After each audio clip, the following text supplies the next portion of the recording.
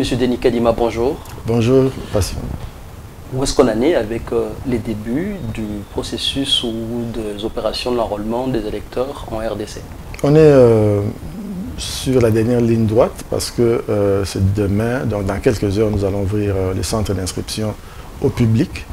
Et nous sommes en train de mettre la dernière main à travers toute la partie concernée, c'est-à-dire la zone opérationnelle ouest et nord-ouest du pays. Donc c'est les déploiements jusque dans les fins fonds de ces provinces et ça évolue.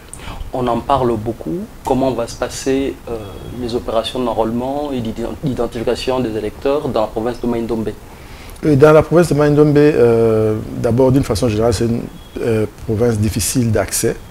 Nous avons commencé avec cette province-là en réalité, avant même de penser aux provinces les plus accessibles. Nous avons commencé avec Mai-Ndombe parce que nous savions que ça nous prendra beaucoup de temps. Évidemment, le travail continue et ça évolue bien. Évidemment, Kwamouth, on en parle beaucoup. Oui. Ce territoire qui est toujours en proie à des violences. Comment ça va se dérouler les opérations dans cette zone-là? Dans la zone de Kwamouth, tenant compte de tout ce qu'il y a eu en termes de violence, déplacement de la population, nous avons reporté Kwamouth à l'ère opérationnelle 3, c'est-à-dire ils vont se faire enrôler en même temps que la partie est du pays. Mais si c'est vrai pour Kwamouth, un des territoires de la province de Mai-Ndombe, pourquoi ça ne devait pas l'être dans les deux autres provinces voisines qui sont également en proie à des violences? Je parle de la province de Kwango et également la province du Kwilu. Bon, nous pensons que Kwamouth était l'épicentre de violence. Le niveau de dégâts, si je peux appeler ça ainsi, est beaucoup plus élevé que dans les autres provinces. Et je pense que dans les deux autres provinces, c'est un peu plus facile de contenir. Mais à Kwamouth, il y a eu beaucoup de dégâts et nous n'avons pas voulu faire les choses dans la précipitation. Nous attendons d'abord qu'il y ait un apaisement avant d'avancer. Et pour Kwamouth, vous avez peur de quoi? C'est-à-dire pour le personnel de la CENI, la sécurité du matériel ou la sécurité de la population, ou il n'y a personne à Kwamouth? Il y a tout ça. Il y a tout ça. D'abord, il faut être sûr que les membres de notre personnel ne seront pas en danger. Les électeurs eux-mêmes ne vont pas se retrouver attaqués.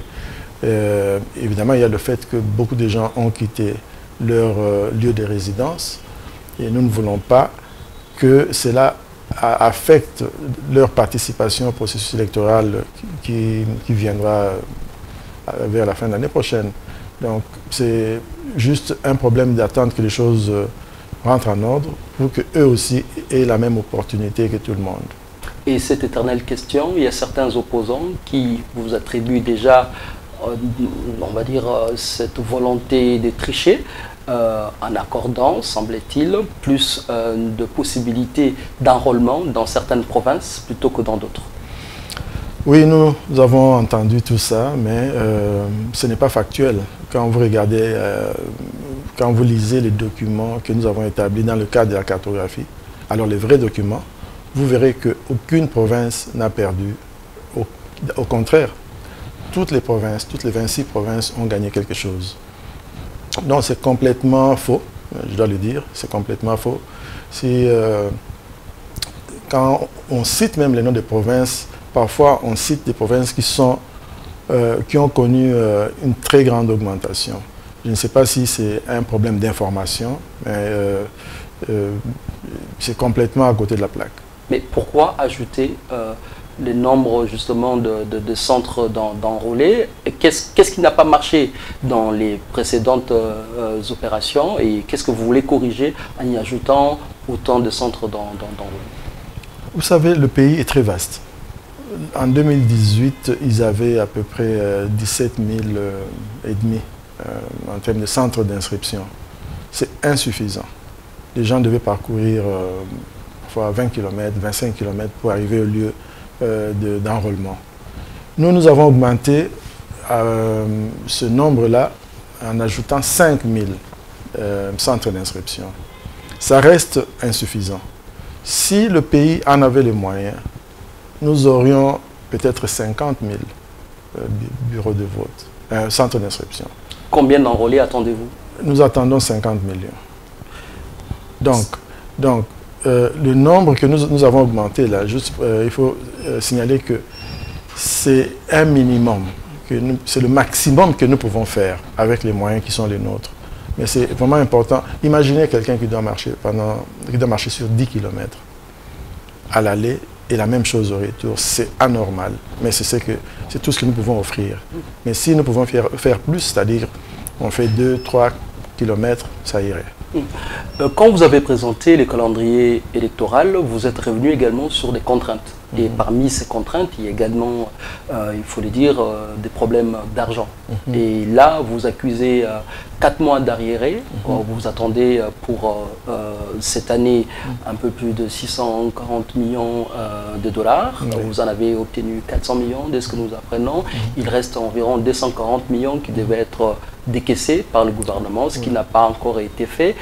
Est-ce que ce qui n'a pas été décaissé, c'est de l'ordre des opérations ou bien du fonctionnement de l'institution CENI? C'est l'ensemble, c'est-à-dire il y a le fonctionnement, il y a les opérations, il y a l'investissement, tout ça regroupé, ça forme le montant du décaissement attendu. Donc il y a eu effectivement, il y a des impayements sur 4 mois, comme vous l'avez dit. Nous essayons d'avancer avec ce que nous avons. Et que répond le gouvernement par rapport à cela? Le gouvernement s'en occupe.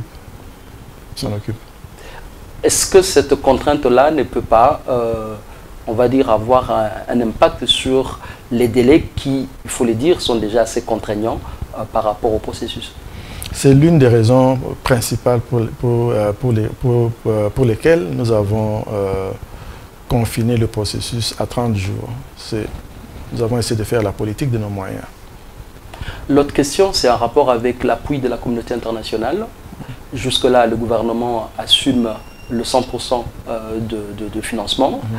Qu'est-ce que vous attendez de la communauté internationale? Est-ce qu'avez-vous fait une demande formelle, particulièrement à la MONUSCO, la mission des Nations Unies, qui, par le passé, arrivait notamment au travers de ces moyens logistiques, à participer d'une manière ou d'une autre? Est-ce que pour cette fois-ci, avez-vous fait un pas vers la mission nubienne pour un appui quelconque? Oui, la MONUSCO avait été contactée il y a exactement 1 an. C'était le 21 décembre 2021. Et puis ils ont mis un processus en cours, c'est-à-dire ils ont envoyé une équipe pour faire un état des lieux et finalement les discussions sont encore en cours. Mais entre-temps, le processus a pris de l'envergure. Donc nous, comme j'ai dit, on se contente des moyens qui nous sont fournis par le gouvernement parce que c'est la responsabilité première du gouvernement. Et la MONUSCO, il faut aussi reconnaître qu'elle n'a plus la capacité qu'elle avait en 2006. Aujourd'hui, elle est beaucoup plus confinée à l'est du pays. Bon, voilà, nous sommes en train de travailler à l'ouest, donc on travaille avec les moyens qui sont les nôtres. Mais on peut revenir un peu à la question des déplacés. On parle d'environ 5 millions de déplacés internes que le pays compte. La procédure veut que vous enrôlez également des personnes déplacées. Est-ce qu'aujourd'hui, la différence entre l'Est et l'Ouest, c'est que si dans l'Est du pays, il y a des sites de déplacés qui sont identifiés, est-ce que pour l'Ouest du pays où les déplacés se retrouvent souvent en famille d'accueil et que les sites ne sont pas bien organisés, comment vous êtes organisé pour justement ne pas louper tous ces déplacés? Parce que c'est vrai que par exemple pour le Maïndombe à Kwamouth, vous n'allez pas enrôler, mais les déplacés de Maïndombe, les déplacés de Kwamouth sont parfois peut-être à Kinshasa, peut-être à Bandundu. Comment vous faites pour enrôler, prendre en charge ces personnes? Oui, là nous appliquons simplement la loi. La loi prévoit que, disons, quand je dis la loi, je l'étends aussi aux mesures d'application de la loi. Là, il est prévu que pour les personnes qui sont dans des camps des déplacés, des personnes déplacées, pour cela, on les enregistre, mais ils indiquent l'adresse du lieu de résidence ordinaire. Ça aussi, c'est pour éviter que les entités d'où ils proviennent perdent en termes de sièges, par exemple. Par contre, ceux-là qui s'intègrent dans des familles d'accueil indiquent l'adresse de la nouvelle... enfin, ils indiquent l'adresse de là où ils sont maintenant. Ce qui veut dire techniquement, pour la circonscription, par exemple, de Kwamut, Oui. on va se retrouver avec des personnes qui se sont fait enrôler à Kinshasa, à Bandundu ou ailleurs, et il y aura une partie qui ne se serait pas fait enrôler, la partie qui se trouve actuellement à Kwamut.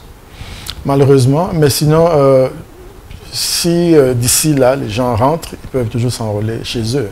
Mais c'est pour ça que nous parlons du mois de février. Ils vont commencer au mois de février.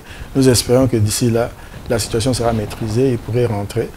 Mais évidemment, il y en a qui pourraient être tentés de s'enrôler dans les provinces voisines. Bon, on ne va pas leur interdire cela. La dernière question, 2023, décembre, Oui. élection générale. Cette fois-ci, on en aura 4 scrutins, contrairement au précédent cycle, avec ces délais contraignants, avec les moyens qui ne suivent toujours pas, avec toutes ces difficultés dont on a fait mention. Aujourd'hui encore, décembre 2023, toujours tenable? Ah oui, c'est tenable. Nous sommes à 12 mois des élections, donc on a beaucoup de temps. Beaucoup de choses peuvent se passer. Je pense que le gouvernement, j'ai rencontré le Premier ministre il y a 3 jours, il était ici à la CENI. Nous en avons parlé, il en est conscient. Les autres membres du gouvernement qui sont concernés par la question, ils savent bien que nous sommes en pleine opération. En fait, l'inscription des électeurs, c'est l'opération électorale la plus importante. Parce que on y met tous les moyens, on détermine le nombre de gens et leur distribution sur les territoires. Et sur cette base-là, nous aurons des informations très précises pour organiser les scrutins. Donc, je suis optimiste. Délai contraignant veut dire également opération bâclée, quand on sait que, par exemple, pour l'Équateur, rien que pour les déploiements de matériel, c'était un peu plus compliqué, parce qu'il y a certaines zones, jusqu'à ce soir, on n'a pas encore reçu les matériels. C'est pas bâclé. Ce qui va se passer, c'est que on continue à travailler, personne ne sera exclu, personne ne sera laissé de côté. Si pour une raison ou une autre, il s'avère que nous sommes arrivés en retard, nous avons commencé en retard, on va se rattraper. Non, il n'y aura pas question de...